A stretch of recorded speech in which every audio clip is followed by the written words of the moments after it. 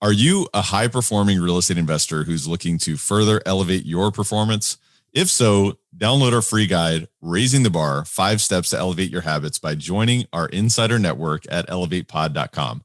This guide, created by yours truly, has the power to put your transformation on autopilot and exponentially change your trajectory. Go get your free copy now at elevatepod.com. Welcome to Elevate, the masterclass where we dissect the elements of exceptional achievement and lifestyle design with a focus on personal growth and real estate investing. Now, here's your host, Tyler Chesser. Elevate Nation, welcome back. This is Tyler Chesser. I'm so thankful to have you here. And I'm blessed and grateful to be sitting down with America's #1 money mentor, Chris Naugle, today. You're going to learn a lot about how the wealthiest families across the country for generations have looked at money. You're going to learn about how the most prosperous families, the most prosperous individuals have behaved with money. And I'll tell you this, 95% of people either don't know about this or they don't behave in this way. So now you will have the opportunity of understanding the way that the wealthiest families behave with money and how they treat money and their mindset around money. And you also learn that this is not really that complicated. It's pretty simple. It's pretty straightforward. If you're listening to Elevate Podcast, you already have a huge reference for education, personal development, financial education, and real estate investing. And today we're going to stack on top of that. We're going to take things to the next level. So I want you to buckle up. Today's podcast is phenomenal. Elevate Podcast is all about mindset, mind expansion, and personal development for high-performing real estate investors. I'm your host, Tyler Chesser, and I am a professional real estate investor and high-performance coach. It is my job to decode the stories, habits, and multifaceted expertise of world-class investors and other experts to help you elevate your performance and lifestyle. Are you ready to take it to another level? It is time. Let's raise the bar today. Before we dive into this amazing interview with Chris Naugle, I want to encourage you to pay it forward and share this with a friend, share this with someone that, is new to your network, someone that you've just met, maybe someone that you've known for a long time that may or may not be aware of Elevate Podcast. That's a fee. And just to pay it forward and share this, grab the link, share it on social media, send it a text message, an email, whatever you need to do to pay it forward. I encourage you and ask you, please, please, please, to share Elevate Podcast. It's the only way that we can grow. It's the only way that we can continue to attract amazing people like Chris Naugle. And otherwise, I also want to ask for your feedback. I'd love for you to please shoot me an email or shoot me a DM at Elevate Pod or email at info@elevatepod.com. What do you love about Elevate? What would you like to see more of? What would you like to see less of? What would you like to learn from our guests, or what other types of people or conversations would you like to have? I want you to have ownership in the future of this podcast. So I'm asking for your feedback. Send me an email at info@elevatepod.com or a DM on Instagram at elevatepod. And also my last ask for you is to give us a rating, a review, and subscribe or follow Elevate Podcast on wherever it is that you listen to podcasts. It's very, very important to us. I really appreciate your feedback. And I read every single review, and we want to make this amazing for you. So please go ahead and do that right now if you have a chance. And with all that said, I want to dive in. I want to introduce you to Chris Naugle, who from pro-snowboarder to money mogul, Chris Naugle has dedicated his life to being America's #1 money mentor, with a core belief that success is not built by the resources you have, but how resourceful you can be. And by the way, you're going to see this in action from his story today. His success and national acclaim have come in large part to what he's learned firsthand from seeking a better way to wealth creation and preservation than he learned growing up. Chris has built and owned 19 companies, with his businesses being featured in Forbes, ABC, House Hunters, and his very own HGTV pilot in 2018. He is currently founder of the Money School and money mentor for the Money Multiplier. His success also includes managing tens of millions of dollars in assets in the financial services and advisory industry and in real estate transactions.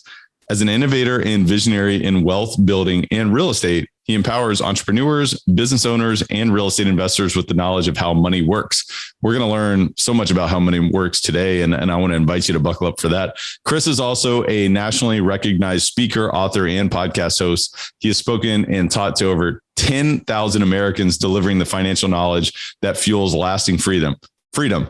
Without further ado, please enjoy this amazing discussion with Chris Naugle. Chris Naugle, my friend, welcome to Elevate. How are you? Good, man. Good. It's an honor to be here. Man, I am so excited about our conversation. The first time you and I sat down, it was like, all right, hold on. Where has this friendship been over the past 10, 15, 20 years? Because I think we both had a lot of fun. So I'm excited about sitting down with you today and learning together, exploring, some new corners of our mindset that I think we can expand and share that with many other people as it relates to money, as it relates to wealth and beyond. Because I think you, like me, recognize that, you know what, today's day and age, it's not about running from a lion or being chased by a cheetah. It's about money. And it's about, I think that today, if we can elevate our financial education and our financial resources, that we can then sort of make more decisions. It's not about having more money and creating more happiness necessarily, although certainly life is easier and less challenging and less, filled with heartache with more money. So with all that said, Chris, that's my long-winded way of saying, hey, I'm excited. So tell me a little bit about sort of your backstory, your upbringing. Give us a sense of where you came from and then, look forward to having a great conversation. Sure. I grew up like many other people in a lower middle class family. My mom raised me. My dad was an alcoholic and we didn't have much. So when I wanted things, it wasn't like I could go, hey, mom, I want this skateboard. Hey, mom, can we buy this snowboard? Hey, mom, can I have this dirt bike? That wasn't even a conversation. My whole upbringing as a child was from a money scarcity mindset, which I think too many of us were brought up to not talk about money. We're brought up to think money is, just kind of this thing that we should never discuss, but that's the scarcity. And when I wanted things, I remember I was just a dreamer. I'll just use a dirt bike. There was one point where I fixated on this dirt bike. It was a KX60. I remember I had every magazine cut out that I could have. I'd draw it when I was in school. I literally got to the point where I would dream about this when I went to sleep. That's how real this thing was to me. And it wasn't for many years later that I ended up getting it, but how I got it is my mother taught me some very simple things. Actually, she taught me one of the laws of wealth without knowing what the laws of wealth were. She taught me that we have to save or keep some of the money that we make. And how she would do it when she needed a lawnmower, she had a giant glass jar, like with this little thing on the top. She'd take her extra change and dump it in that thing. And when that thing had enough, she knew that was a few $100s, and that is how she bought the lawnmower. Well, she one day gave me this black box. I still have the thing. It's a little black slider. I don't know, one of those, I don't know what they use them for. She said, when you make money, make sure you put some of it in this black box for the things that you want. Go-karts, mini bikes, this dirt bike. So I did this. But what I did is I did it without counting it. Some people would put it in there, they'd count it, which motivates you to want to spend it because you're like, oh my God, I got this. And I could just buy the skateboard instead of the dirt bike. And I didn't do that. My mother kind of took this box, and when I got money, I gave it to her and she put it in it. And then I'll never forget the day. I was working on a farm. I was 14 years old, and I did some part-time work at a restaurant over the summer. And I did this. I just gave my mom whatever money I didn't need for gas in the dirt bike, because I had a dirt bike, but it was just like more of a mini bike. And I gave it to her. And one day she said, hey, let's go to Hebler's, which was the dirt bike store, and let's look at bikes. And I'm like, well, of course, why would I say no? So we drive out there, and I remember she's like, well, why don't you test drive one? And I'm like, oh no, I can't afford it. And she said, no, just ride it, figure out which one you would want. And that way, when you have enough money, you can buy it. My mother was very smart in how she did this. And I went out on the side and I rode the RM and the KX. And I remember I loved the KX. And I'm like, Mom, this is the bike that I would buy. I love it. And at the time I had grown past the 60. I was a 125. And she said, well, what if you could have it today? And I said, oh, Mom, I don't, how? And she says, well, that money you've been saving, you saved up enough money. So do you want the bike? And that was like where the rubber met the road. It's where my dreams finally had a way of actually materializing. And ever since then, the rest of my life has been kind of that. My next big dream was to be a pro snowboarder. And I live in Buffalo, New York. It's not the mecca for snowboarding, but I wanted it. So I was willing to do what everybody else was unwilling to do. And the short, long story is I ended up becoming a pro snowboarder, and it wasn't easy. I didn't have money to go to the resorts or travel and do all these things. So I had a country club by my house, and it was built in a ravine. And in a ravine, down the hill, there was sand traps. And I watched sledders go down this, and they would jump the sand trap. And I'm like, hey, wait a second here, I could build a jump out of the sand trap and learn my tricks that I watched in the VHS tapes and saw in the magazines. So I did this, and I learned very quickly that the only time I could do this was after school, and I had about 2 hours before it got dark. And I always seemed like the second I started getting warmed up, mom was there honking the horn to pick me back up. I'm like, come on. So I realized I had to get in better shape. So I'd go home and I'd run up and down the backyard. We had about an acre of land. And I did this in the snow to get in shape, so that when I went to that sand trap, to that hill or ravine, whatever you call it, to practice, I could run up the hill and get more runs. This is like the basis of pretty much everything in my life, because at a young age, I built these habits, these ways to accomplish things that everybody else told me I couldn't. And gosh, that could be, when 16 years old rolled around, I had a big boy job that I hated at a restaurant because they degraded me. So I quit one day. I quit trading hours for dollars, not knowing that would have literally been one of the last times I ever worked for somebody else. And I came home and I said, hey, mom, I want to start a clothing line in the basement. I started my first company. And then that company then materialized. And then I wanted a store, because in the travels of selling my clothing line, I saw all these shop owners that own these skateboard, snowboard shops. I'm like, I got to have that. Well, to get that, it took 70 grand. Again, scarcity mindset. I don't have the money. I can't do this. But then I said, well, how could I figure this out? I started learning about, it's not really about your resources. It's about how resourceful you can get. So I went around and tried borrowing money. Everybody said no, but I got a bank that said maybe. They said, if you can find collateral, kid, we'll give you this SBA government-backed loan. And I'm like, cool, what's collateral? I had no idea what collateral was. And they're like, something of value that will securitize this $70,000 loan. I said, well, I got an 86 Buick, I got some baseball cards, and I got this dirt bike. That good? No. My mom ended up seeing this dream dying, and she put her house on the line so that I could chase that dream. And Fat Man Board Shops, PHAT, became a thing in November of '94. It was one of the most miraculous days of my life. And then I ended up running that store and had lots of up and downs, lots of nights crying on cardboard boxes in the back of the store, wondering how I was going to make it and how I wasn't going to lose my mom's house. And that store is still open today. I sold it in 10, but I did have hard times, man. I'm the money guy today. So all up to now, you've heard I'm a snowboarder. So how does a snowboarder go from snowboard to Wall Street? Well, it's a unique story, and it started when the planes hit the tower in the early 2000s. The dot-com recession kicked in, and I realized for the first time in my life what a recession was. Because up to that point, like so many people today, I had never seen anything but a bull market or good times until this event. Today, most people don't remember 2008. They're too young to really have an impact. So they've lived in this fantasy world of what we call a bull market. And when the recession hit me, I realized, holy crap, business was down 30%. I couldn't afford my bills and I had to get a job. Little Caesars, which is where I thought I was going to land, delivering pizzas, wasn't hiring. So I put my resume out. Now, remember, I'm at this point, I'm in my early 20s. I'm a pro snowboarder, and I had no knowledge of much of anything, very limited college. All I knew was running my skateboard, snowboard shops, a little bit about business, and I was a pro rider. So when I put my resume out, the only idiots that called me back were Wall Street firms. So I ended up interviewing, got my first suit with a zip-up tie because I didn't know how to tie a tie, and that's how I entered Wall Street. And in Wall Street, here's a unique kind of thing that will set up mindset. Remember, everything in my life I had to work really hard for. I had to, so I guess the way to say it would be I had to do what other people were unwilling to do to get what I wanted.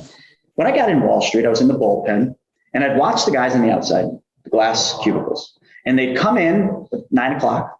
They'd leave an hour, 2 hours for lunch, and they were gone 4:30, 5 o'clock when the bell rang. And I'm just like, really? This is what these guys do? And they're making almost $1 million a year because they posted the numbers. And I'm just like, all right, well, I'm this young kid. I don't have a family, and I want what they want. So what should I do? Well, find a way to get what they want faster than it normally would take. And I found out that all I need to do is do what they're not doing. Get there at 7 o'clock, get my paperwork done so that I don't waste time during the day. Then, during lunch, make phone calls while they're out having lunch or cocktails or whatever the hell they did. And, people answer the phone during lunch. And then after, they would leave, when most people are getting home from work, I pounded the phones. And I got people on the phone because they were home now from work. And I did this consistently and persistently. And I became one of the top 3 advisors. And I literally don't have a secret. It's not like I was some whiz kid, not some, great financial advisor at this point. I put the time in. and I cared about people. And yeah, so that brought me up to 08. I don't know if you want me to pause there because the rest just goes downhill for a little bit. Man, well, first of all, there's so many lessons in your background, which are fascinating. And I love that you started with just the background of sort of recognizing that there was a money scarcity mindset that was shared with you kind of early on in your life. And there's a lot that you uncovered through sort of your growth, not only as an entrepreneur, pro snowboarder, and then sort of that challenge that many experienced in 2001, of course, after 9/11, after the dot-com burst, and then continue to grow. But there was a gift in that circumstance, or those circumstances then brought you into Wall Street. And then you started to see how money works, right? What's actually happening in the real world in terms of the financial markets and so forth. And I'm sure we'll go down the path of, not only maybe the abundance mindset and the real wealth creation mindset. And I'm sure we'll talk about that, but let's keep going on this path because I don't want to miss sort of the rest of the story here as you continue through the next cycle, 2008. So pick it up from there, Chris. Yeah. And I want to be clear, like up to this point, I did still have a very, very much so a scarcity mindset. I was making more money. I was making a couple $100,000 as an advisor up to this point, but I didn't know how to keep money. I'd learned by my mom how to keep money. I'd save a little, but at this point I'd lost it because I just got caught up in that thing we all get caught up on. You make more, you spend more. You make more, you buy the nicer car. You make more, you get the bigger house. It's just what I did. So I saved a little bit of money, but I spent most of everything that I made during those years. So it was the first time in my life that I'd had real money. But I'd also in 06 done my first flip and learned some really hard lessons on that one. I thought, oh, hey, I saw it on TV. That's how I got into this. I saw a TV show of a house that was flipped in 23 minutes. I'm like, I could do that. And I had a little extra money, or so I thought I had enough to do it. And I dove in and I bought a house. Me and my best friend went to flip it. And it was supposed to be like a $40,000 profit. I think we made $8,000 after a year and a half of monkeying with this thing. And then 07, I did another one, or a quick, easy one that we made maybe $10,000 on. So I got the bug for real estate. But then 08 came around and I was crushing it. I was at the pinnacle of my financial advisory career. I was the number 3 guy in the office, which I always doing is chasing number 1. And that was that competitive spirit. And I remember I bought a strip mall right next to my key Fat Man board shop. And I wanted to move into this building that I bought, which was a dilapidated paint store, because I said, why am I paying rent to this guy? And he just raised my rent when I can just, have other people pay me rent. So I began the process of learning how to develop property. Now, I had no experience in this. I had a guy that was in a network meeting that knew how to do this, and he helped me tremendously. But I borrowed money from a hard money lender. And then literally, as soon as I got into this project, you know exactly what happened. Because I told you when I did this. And it was a right time and a wrong time. And I thought I was going one direction. And all of a sudden, the Great Recession hit me like a Mack truck. And here I am going the opposite direction. And I almost went bankrupt. I got down to one payment to this hard money lender. And I was it. I was done. I had exhausted every penny that I had. My 401k was max loaned. Everything, all my life insurance policies that I had were max loaned. I had nothing. And I came home one night and my girlfriend had just moved in. I said, sweetie, I need your help. I need your help paying the mortgage. I need your help paying the utilities. And by the way, my friend Pete's going to move into that bedroom and my friend Jessica is going to move into that one. Any questions? And at that time, I guess, call it cocky or arrogant or whatever the heck was going on in my head, maybe just purely desperate. I thought I had about a 50-50 shot. I thought there's 50% chance that she's actually going to say yes to this. And there's a 50% chance she's going to pack all of her crap up and walk back out the door. Other people later told me, dude, you had like a 10% chance of her sticking around. But the good news is, I think she liked me because she's still with me. We're married. We just had our first daughter. But, during that period when I lost everything, I started to kind of realize that I needed to change some things that I did. I needed to stop living in this fantasy world of like these fancy things and it didn't matter because now, the strip mall was the most important thing. So I started investing in assets. And once I kind of came out of this mess, which would have been 2009, I dove into real estate. I won't say full time, but I literally was still doing the advisory, but I was pretty comfortable with that. I had a great group of clients. And then I dove and put time into real estate and started buying apartment buildings. From 09 to 14, I got up 36 units, which to me was a monumental victory. But it was a victory that was built on a house of cards because I had no idea what I was doing. I'd literally buy a property. I'd then, finance it through the bank, put 20% down, use rent roll that was coming in to rehab units. And I did a lot of the work myself. And I got to 14. I was at my 37th door, I should say. Took it to the same bank that took me out of that hard money lender and the same bank that financed them all. And they said, no. I'm like, what do you mean? You lent to me on all these deals. Why no? Well, because you don't fit in the little square box called debt to income. And I had never heard of this before. I'm like, if I buy a rental, the gross rental income should count toward my income, but it does not, or at least only a percentage of it does. I failed to realize that because I didn't have knowledge. I never, up to this point, like so many people, and this is just another lesson, I went through life and knowledge was given to me. Whatever knowledge I had of money was because other people taught it to me. I had not gone on the journey of seeking the truth and seeking knowledge at this point. I didn't read. I just took what people told me as the gospel. Well, the gospel, unfortunately, in 14 resulted in me having to sell all 36 units. I had to sell my dream house that I had bought, 171 Radcliffe Drive in Gettsville, and me and Larissa split. Money sometimes has a weird way of just tearing your life apart if you allow it to. And I made money my everything, because money wasn't a tool. Money was the thing that I strive for. It was the thing that I always made something that it wasn't. If I just treated money as the tool that it is, this wouldn't have happened. And if I seeked out the knowledge to understand how to be a real estate investor, these things wouldn't have happened either. But I went to an all-time low at that point. And at that point in my life, thank God I lost it all. I mean, this is how bad it got. I had to sell everything. I had Audis, had to sell them all. I kept one used, beat up Audi. I'll never forget it. That car became my favorite car ever because it was all I had. Sold my bedroom set. When we sold Gettsville, literally I was sleeping on the floor. And at the end of it, when me and Larissa were finally split, I actually packed a backpack, and me and my best friend Jack went to Thailand for a month because I needed to clear my head. I didn't care. And at that point, I thought about things, and I really came back, and I was given an opportunity, didn't even think of one, but to go to this 3-day event to learn how to flip houses. And I didn't almost go, but on the back of the postcard, it said you get a free iPod shuffle. So I did go because I had nothing to lose and an iPod shuffle to gain. And at this event, for the first time, or maybe not the first time, but like the first real time when I was willing to accept, I heard 2 very successful real estate investors speaking. And one of them was talking about money. And I was the money guy, right? I think I even had a suit on. That's how stupid I was. I was like so in this Wall Street world that I'm like, I'm going to show up to a real estate seminar in a suit because, hey, I think my motivation was maybe I'll meet a client, out of some of these real estate investors. And I remember they talking about it, and instantly my ears perk up, but instantly I'm like, wait. What are these guys even talking about? This is the opposite of everything I've been taught as an advisor. And I'm going to get to the end of the story, but like that moment opened my eyes to realize that I didn't know anything. I had no concept of what the wealthy did with money because these guys were very wealthy. I had no concept of how money really worked outside of the basic fundamentals, mutual fund stocks, some basic life insurance knowledge.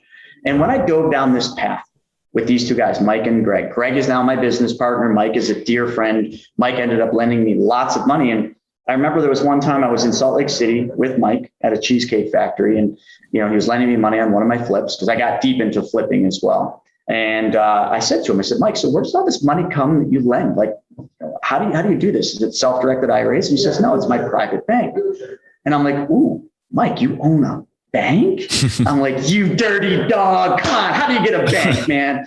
And then he tells me, he says, well, it's just a privatized banking system that was created. And I did it many years ago. And it's just a whole life policy. I said, Mike, dude, I'm an advisor. I sell whole life. Whole life doesn't work that way. Like somebody's lying to you. And he says, leans into me and he says, Chris, if somebody's lying to me, then explain to me how I've been doing this. Exactly how I just explained for years. And I said, touche. I said, do tell me how to do this.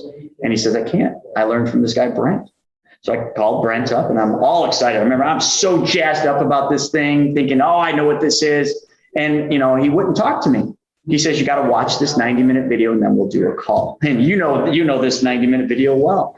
And I said, all right, no, Brent, I'm an advisor. I don't need to watch the video. Let's just help me explain this. How do I do this? And he said, no, you got to watch the video. So I watched the 90-minute video reluctantly. And I swear to God, when I finished that 90 minutes, which went by like 15 minutes, I had cracked the code.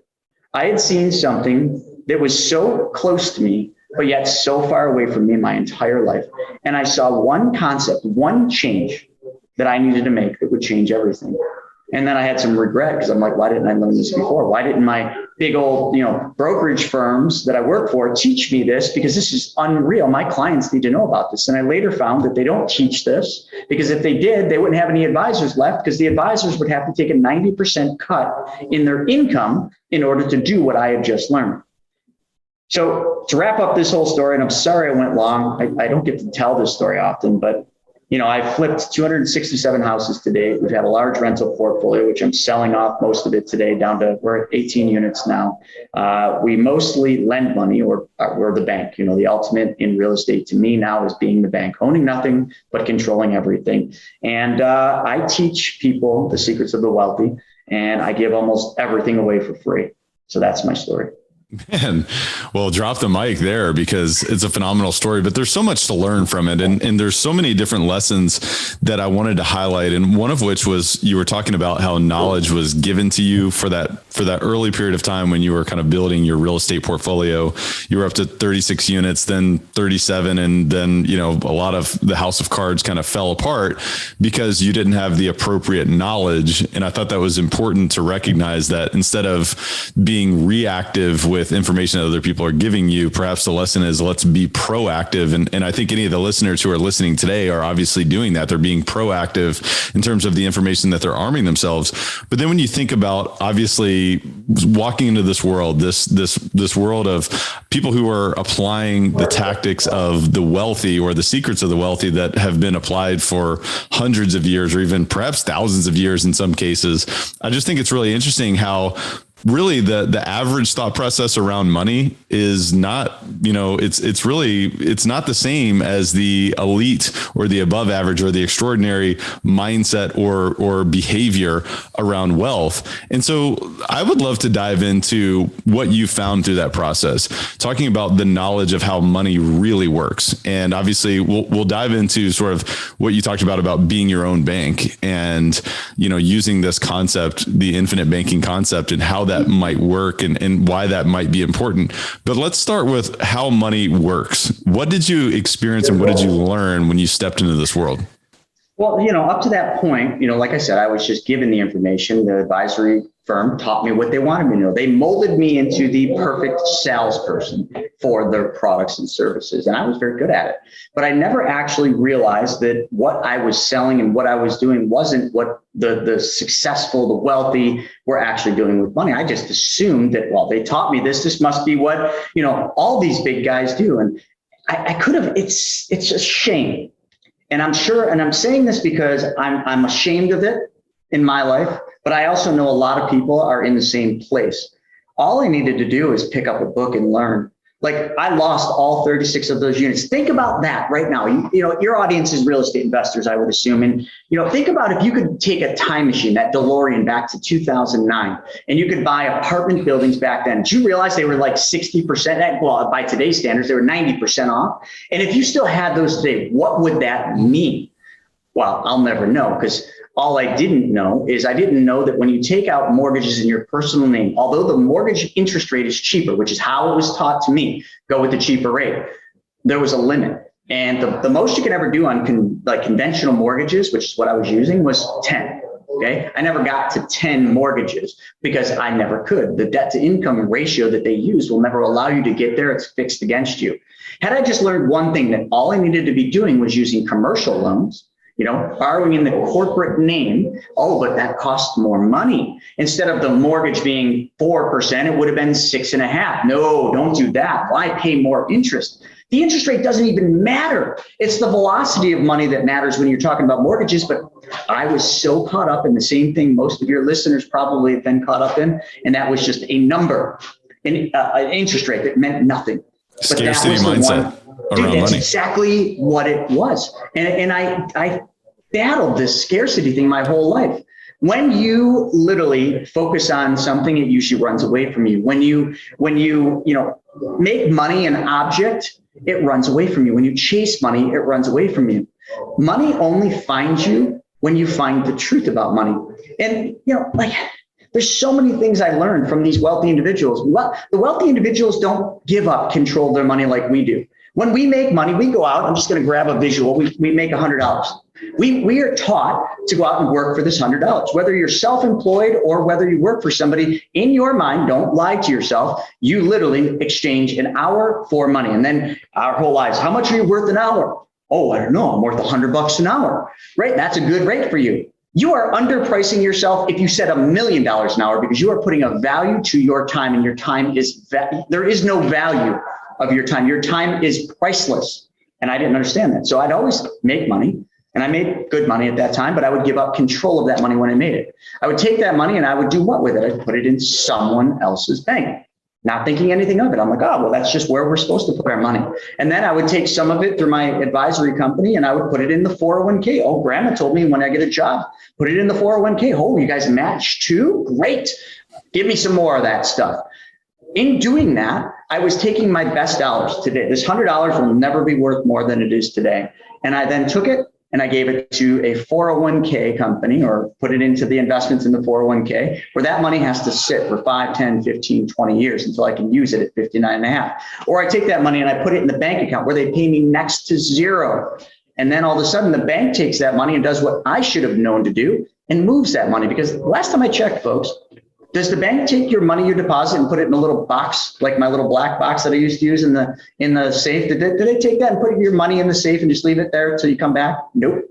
They take that money, and the second it goes in there, it's going back out the door. The bank moves money. We are the only fools out there who have been taught to give up control of our money and leave it sit, because it gets weaker and weaker. The government loves it. It's inflation. It's a hidden tax, folks. You don't know that. It's your money evaporating without you having to do anything. It's not that gas got more expensive. It's not that food got more expensive. It's the government taxing that money through a hidden tax called inflation, which they indeed create. Then after that whole thing, I started learning that to actually be, a good steward of your money, you need to do the same thing a bank does. You need to move your money. But that wasn't easy for me, because I was so used to taking it, popping it into something and just leave it sit. Let it do its thing there. But you know what? How many opportunities do we give up because our money is put somewhere where we can't get back control of it? A 401k, maybe a CD, maybe one of those investments like, oh God, annuities, those are awful, but where the money's just got to sit for a set amount of time in someone else's control. And then all of a sudden a huge opportunity comes and, oh man, I wish you would have caught me last month. I had the money, but then I put it in this. I can't get it back out. Sorry, man. And then all of a sudden you hear later that company went on to be $100 million company. You could have been a 30% owner with whatever money you had. I'm just painting examples. And I started to learn that what I needed to do was start treating my money the same as what the banks, how I treat the bank's money. I had to move it. Now, let me prepare this a different way. And I've been kind of trying to find the best way to explain this. But let me just ask you all this. If you owned a restaurant or even a couple restaurants, would you eat at your restaurant? That would be where you frequent quite often. You'd eat dinner there a lot, right? You would. What if you owned a hair salon? Okay, would you get your hair done at your own hair salon? Of course you would. It's your business. If you owned a gym, would you go to your gym and work out? Of course I would. It's your business. If you owned a business, you would attend and go to your business for the things you need. So now let me pose you a question. If you owned a bank, would you bank at your bank? Would you make deposits into your bank? Would you then take money and use money from your bank? When you needed money for something like a piece of real estate or a car, would you not borrow money from your bank? And when you borrowed money from your bank, you would treat your money the same way you used to treat the other bank's money, right? You would charge interest on that money because your business has to be profitable. So you would then pay your bank back with interest as well. You would do all the things you do today with someone else's bank, with your own bank, because you own the bank. Of course, it's your business, duh. So why don't you do that? Is the question I propose. Now, maybe you don't have your own gym, so you work out at somebody else's. Maybe you don't have your own restaurant, so you eat at other restaurants. Maybe you don't have your own hair salon, so you get your hair done somewhere else. Totally get it. But why doesn't everybody have their own bank? Oh my God, Chris, I can't afford to buy a bank. That's the big boy stuff. No, it's been being done for hundreds of years, creating your own banking system. Sure, it doesn't have to be a brick and mortar. A privatized bank doesn't even have to be a business. It just has to be you learning how to treat your money the same way you treat the bank's money, Find the right machine, the right vehicle to run your money through, so your money's always working for you and earning interest. And my favorite thing is not just compound interest. Albert Einstein loves that, the eighth wonder of the world, the most powerful thing in the universe, but uninterrupted compound interest, because I am done with the days of taking my money and putting it somewhere and just leaving it sit because I've been taught to believe that that's what I have to do to earn compound interest. I got to take my money and I got to put it somewhere. It's got to stay there for me to earn interest. Hogwash. That is absolutely not true, because where on my bank, I put money in it and I can take that money back out and never interrupt the interest that I'm earning on that money. And then I can go buy real estate. I can go buy cars. I can do all the things that I just described that my bank would do if I owned one. I just happen to own 8 of those little puppies. And then I have a partial ownership in 3 on my wife and 2 on my mom. But what is this bank? And if it's so easy, why doesn't everybody do it? Because who the heck is going to teach you how to create your own bank when there's really no money in it for them? Well, your financial advisor's not. Oh, your premier banker? Yeah, walk into your premier banker and ask them to help you set up your own bank. They will escort you out the door. Or here's what we did. We just did this. Me and Joseph, who's one of our money mentors, went into Bank of America. He had a bunch of money. Like he had a suitcase full of it was over $100,000. And he sat there and he said, listen, I've got all this money that I want to deposit in this bank, but I have one thing I need this bank to do for me. And I guess he tells it better than I do. But he's just like, they were so excited. Oh yeah. What do we need to do, Joseph? We have so many products and services at this bank. I'm sure we can facilitate. He said, perfect. This is way easier than what you think. All I need you to do is put my money, this suitcase full of money, the same place the bank puts their money. Did you know that Bank of America told him they can't do that? And you guys all think that there's not a problem out there. There's a big problem. And the big problem is you are literally taught to give up control of your money. And that's where the problem starts. You're defying the laws of wealth in doing that. Hey guys, just a quick word from our sponsor and we'll be right back to the show. This episode of Elevate is brought to you by CF Capital, and you know how much I love real estate and how it can be a vehicle towards creating any outcome that you want in your life, which is really why we created CF Capital. It's a real estate investment firm that focuses on acquiring and operating multifamily assets that provide stable cash flow, capital appreciation, and a margin of safety for our investors, for our partners, and for the people that we serve.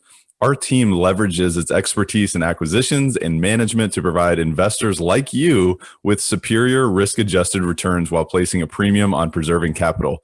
Our mission is to provide property investment and asset management solutions to help investors maximize their returns by investing in high-value multifamily communities. Our philosophy is that we can elevate communities together through this process. And I want to invite you to go check out cfcapllc.com because we have a free ebook that's called The Bottom Line, the 10 ways to increase cash flow in an apartment complex. And I want to tell you that this is a value-packed ebook. So I want to invite you to go check that out right now at cfcapllc.com. I think you're going to get a ton of value just from reading this, whether you apply it to your own business or whether you educate yourself further on what it would look like if you invested with CF Capital. So go check that out at cfcapllc.com. Again, that's cfcapllc.com. And enjoy the rest of the show. Man, I'll tell you what, and it's so eye-opening when you gain real financial intelligence and real financial knowledge and you understand how money works, how the banking system works in this country and around the world. And you think about fiat currency. You mentioned inflation a few times, and I think that it's very critically important for all of us to understand what's actually happening. It's not about prices rising. It's about purchasing power declining. And so that's a critical kind of foundational principle to understand. But it's also important to understand velocity of money. You've mentioned that a few times. You mentioned velocity of money. You've also mentioned moving your money, making money work for you. And you're talking about the sort of having your own bank, right? And keeping money instead of giving up control. It's about bringing that control back and allowing this velocity of money to then support various, things, whether it's your lifestyle, whether it's purchasing certain things that, as much as we want to, be sort of, we want to hold money back and we want to just invest. Yeah, there's things in our life that we have to or want to buy, whether it's vehicles, a home, things for our home, things for our life, whether it's vacations or other things, or you want to invest in real estate. So you can do it the old fashioned way and say, hey, I'm going to go and get more money. I'm going to go earn more money. I'm going to trade my time, my energy, my effort for more money. And then at that point, then I'm going to, put that down on a deal, or I'm going to invest alongside someone else, which, perhaps that's step 1, 2, or 3, but step 4, 5, and 6 is now kind of what we're talking about. So you mentioned when you were a financial advisor, you sold whole life insurance, but now when you met this other individual at the real estate conference, this was a different type of whole life insurance that allowed this individual to become his own bank, to allow this money velocity to then work for him in such a greater way and create uninterrupted compound interest. So what was the difference, and what is the difference between what the average financial advisor sells versus what you see the wealthiest families in America and around the world use? Great question. And it's a very important one, because a lot of people, when they hear this and they hear, oh, it's a whole life policy, the first thing they do, they call their insurance guy, and they say, hey, I need one of those whole life policies. So I just heard this amazing thing. They get the illustration and they're looking at it and they're like, so I'm going to put 100 in, and I'm going to have no money in year 1. I'm going to have no money in year 2. I'm going to have barely any money in year 3. This cannot be the same thing that guy was talking about. And indeed, it is not. The whole life that I'm talking about, although it might be the same chassis as what they sell, it is designed and engineered completely backwards.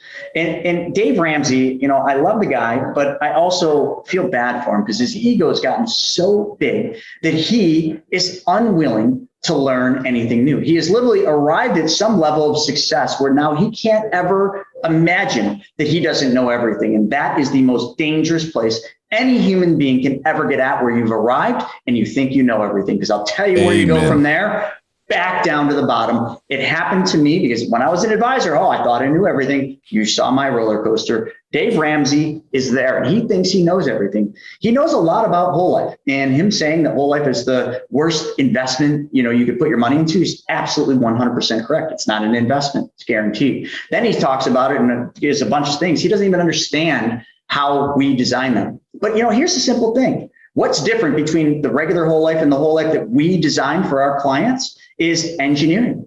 No different than if you take Ken Block, rallycross rider, right? One of the world's best rally drivers. He raced for Ford motor cars. Well, he raced the Ford Focus, folks. You ever seen one of those? You ever go to the dealership and look at one? Not too sexy of a car. Just saying. I mean, hey, they're efficient.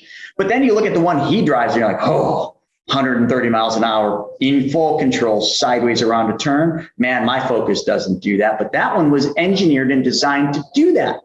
You see, a whole life policy is nothing more than a contract with an insurance company, a contract with some very unique riders and ways that you can modify it, just like that Ford Focus rally car. So what we do is we modify the contract in the way that it operates. Most people buy whole life for a death benefit, money that somebody's going to get when you die. We design it so that there's the lowest death benefit on it, which means the lowest cost. And then what we do is we stuff the most amount of money, our premium deposits, the amount we save in a bank account or a 401k. We just change one thing, and that's where our money gets saved and is held. And we put it into this specially designed whole life. So we got a ton of money going in, the lowest death benefit. And then the only thing in the middle that we need to kind of fulfill is the IRS's requirements, which basically says you need X amount of death benefit to put X amount of dollars away. So then we figured ways to construct the whole life policy to maximize the efficiency and access to your money.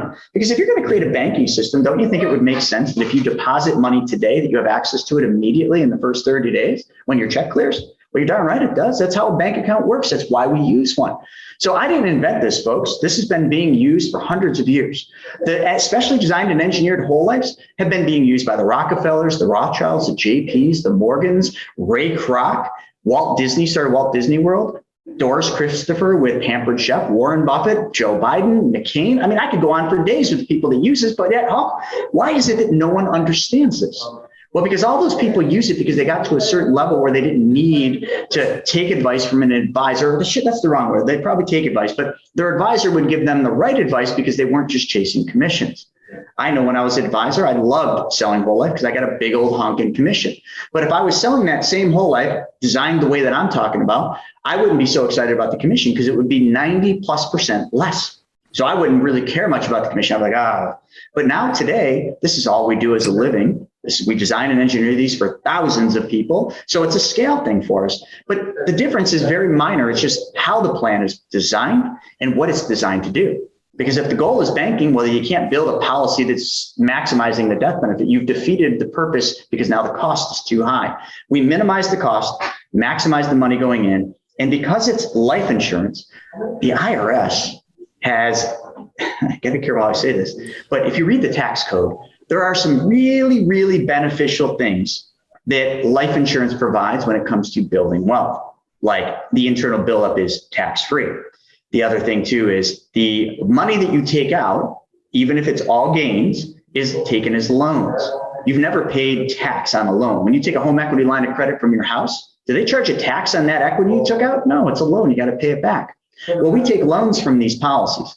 And when we take a loan, most people think of a loan as something that's got to be paid back. But these loans never need to be paid back because all the insurance company's doing is looking at that small death benefit we put on there and saying, hey, listen, we will loan you part of your death benefit. We'll leverage the death benefit and give it to you today. You can use that money. And if you never pay us back for the loan, actually, we'll never ask you for that money to come back. Then we're just going to subtract it from the death benefit the day you die. And what that does, that gives my money, my premium deposits that I put in, i.e. cash value, the ability to just sit in my account and earn a guaranteed interest rate plus dividends, which by today's numbers, 2021 is 6%. So I'm making 6% on my money when I'm using it. Imagine if you had 100 grand in your bank and you went to your bank and you took 100 grand out, hypothetically. And then you went and you invested that 100 grand and you made 10%. But imagine if that 100 grand that you just took out, imagine if the bank said to you, hey, listen, when you take this money out, we're just going to kind of give it to you as a loan that never needs to be paid back. And we're still going to pay you interest on that money. Isn't that kind of cool? Merry Christmas. And then they're just like, hey, we're going to charge you interest on that loan. Of course they are. They're a bank, and insurance companies don't do this for free. They charge an interest rate on the loan you take out against your death benefit. But the interest rate you pay on the loan is less than the interest rate they're paying you. So if you learn anything about spreads, I got to be careful saying arbitrage, but the difference, free profit essentially, but we'll call it a spread, is what you're making. So you get to use your money while still making interest and dividends on an uninterrupted compound interest fashion, and you get to go out there and make more. So then it really just comes down to, are you going to be an honest banker? So if you're going to create your own bank, you're not going to go to your bank and steal money. In other words, you're not going to take money from your bank and then go blow it on foolish things like we do so much today. We make money, we go buy the fancy sneakers. We make money, we go buy the bigger house. And we never ever think anything about, well, maybe I should treat my money the same as I treat the banks.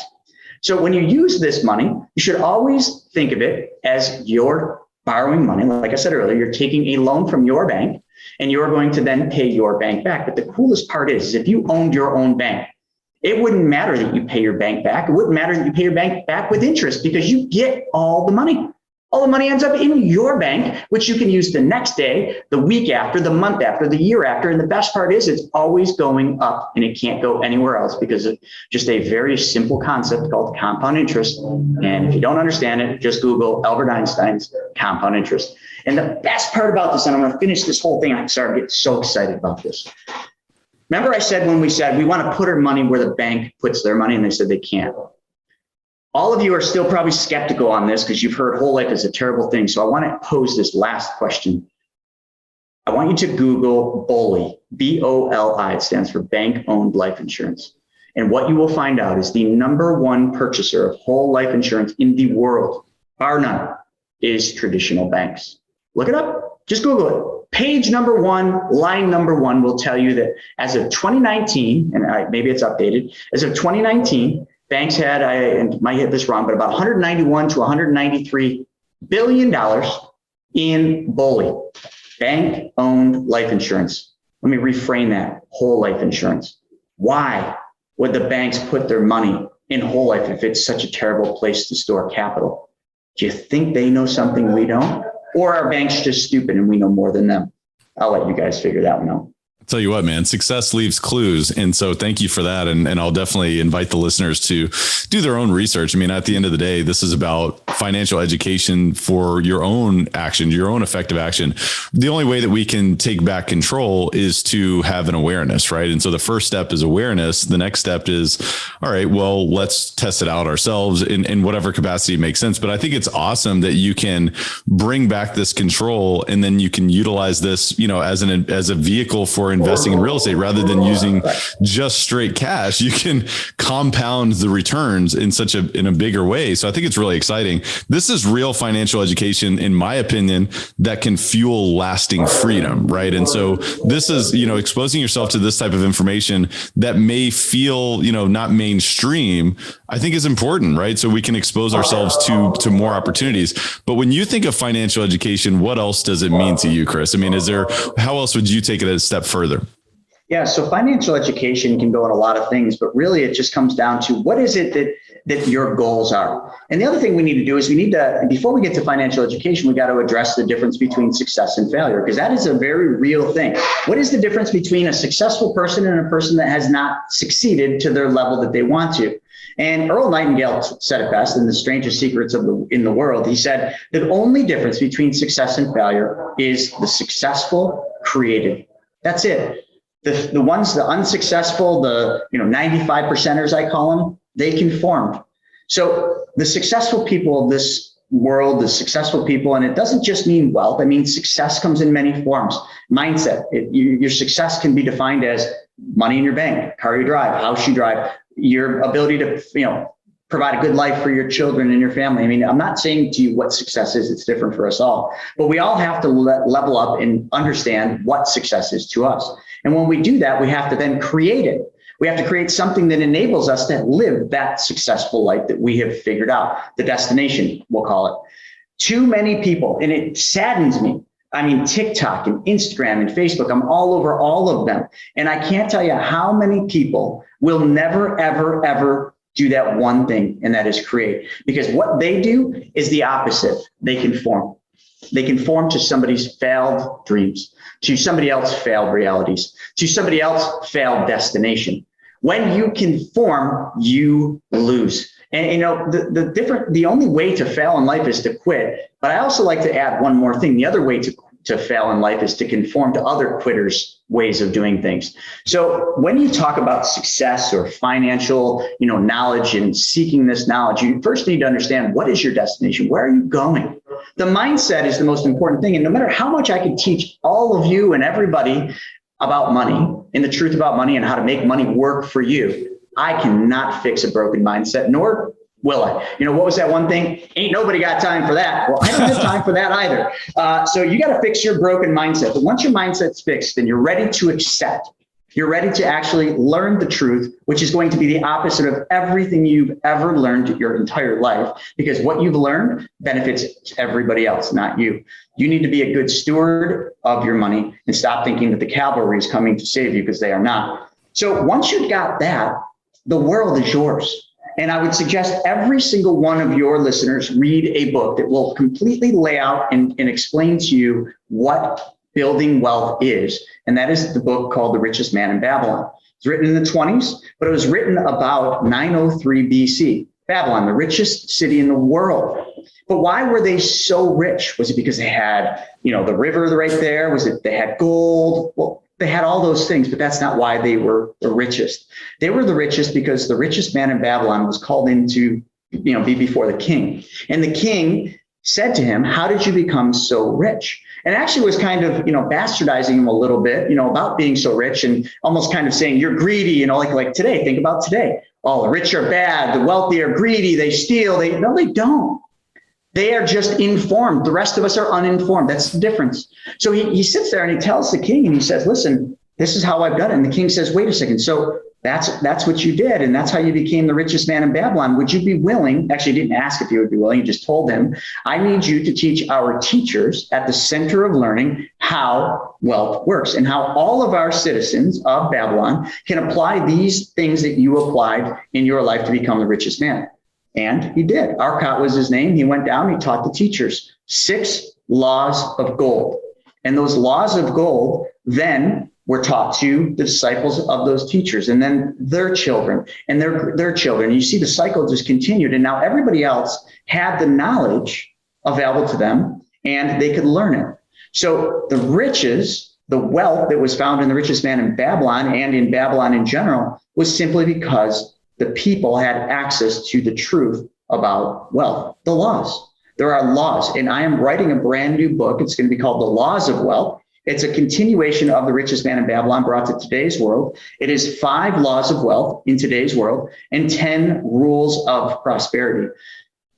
If we operated under those pretenses and we got rid of greed and we got rid of the fact that we only get advice from people that are self-serving so they can make money, and we actually were just out there learning how the rich get rich, how the rich don't pay as much in taxes. And I hate saying rich because I think the rich people are paper rich and they're the next poor, but how wealthy stay wealthy and keep the money.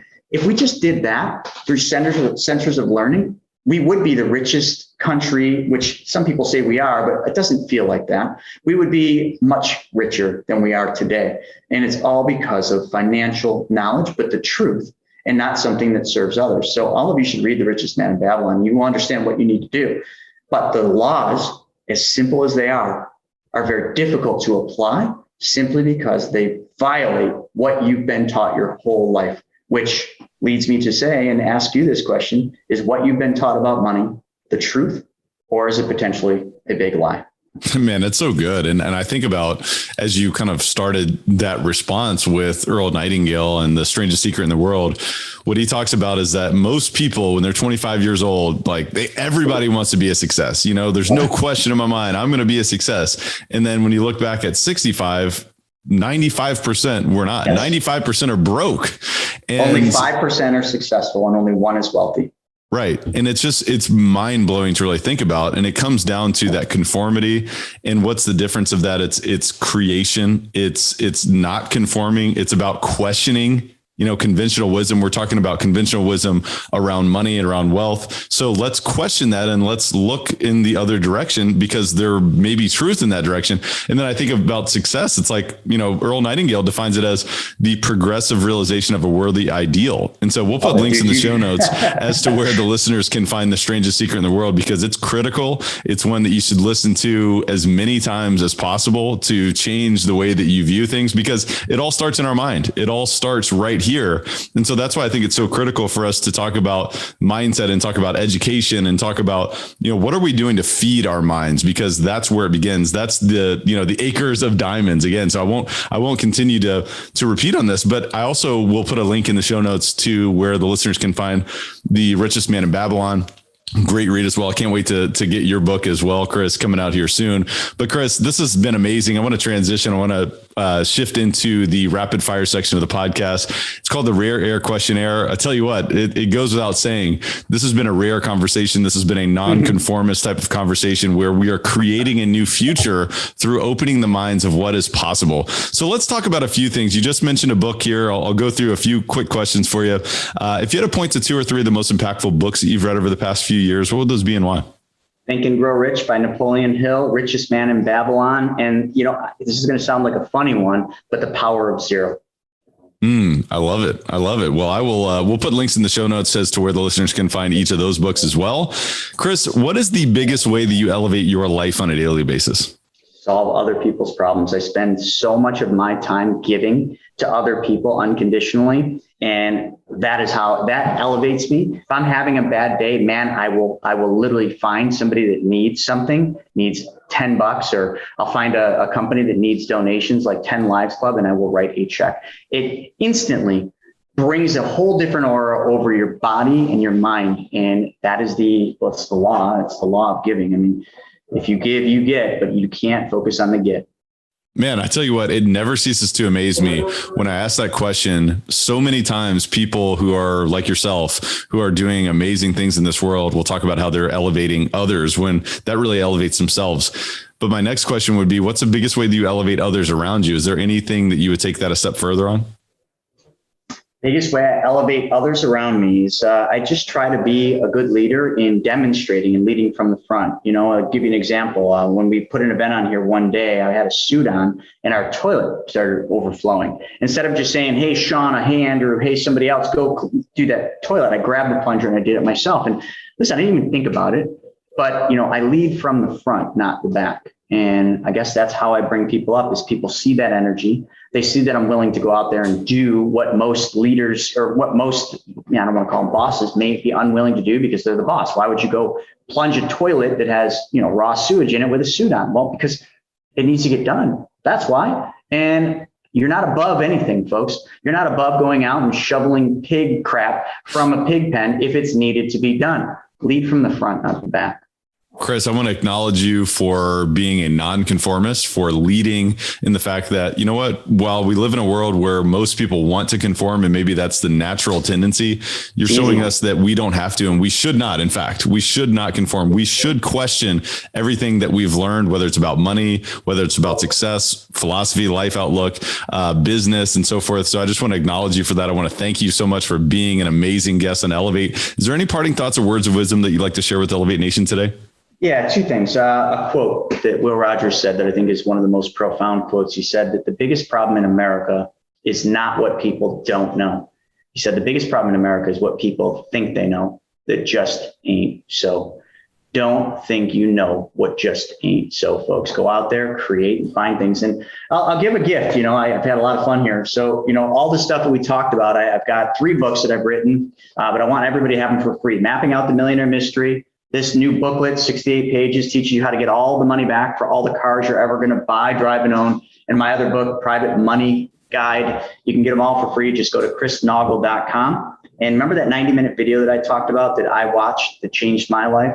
Well, all of you should do the same thing. When you go to chrisnaugle.com, a 90-minute video will pop up, save it, and watch how that transforms your life. It's not selling you anything. It's just teaching you. I love it, man. Well, Chris, thank you so much, man. I cannot wait for our continued friendship and learning together and growing together and challenging each other. But I just encourage the listener to definitely take Chris up on his offer there. Go check out chrisnaugle.com. We'll put a link in the show notes as to where you can find that, as well as his books. And you definitely want to engage with this content. Chris, until next time, my friend, thank you so much for being on Elevate.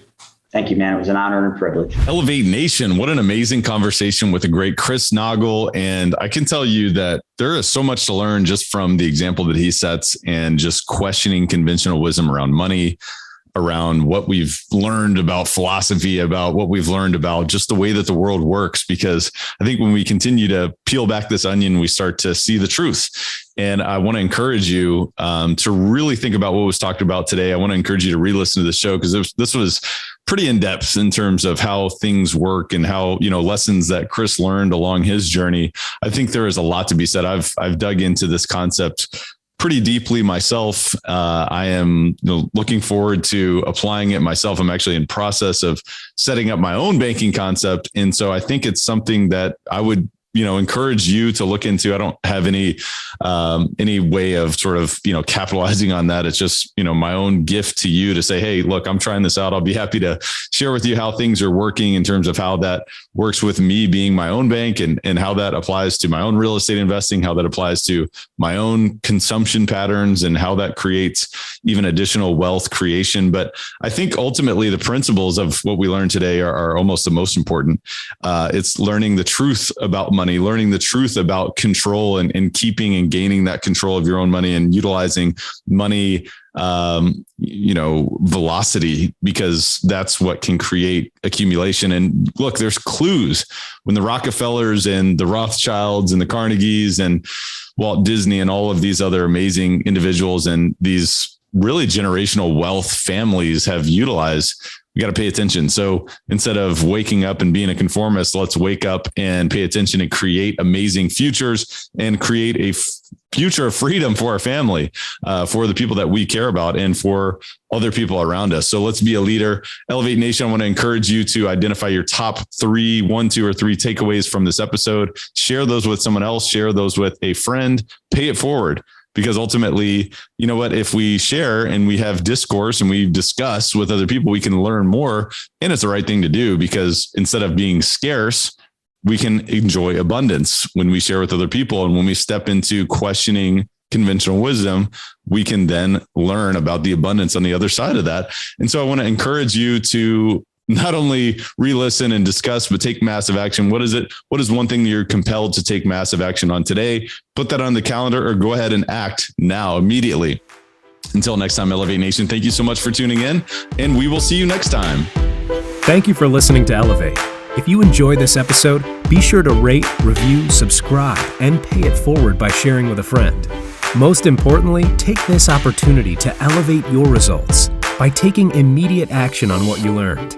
For more, visit elevatepod.com.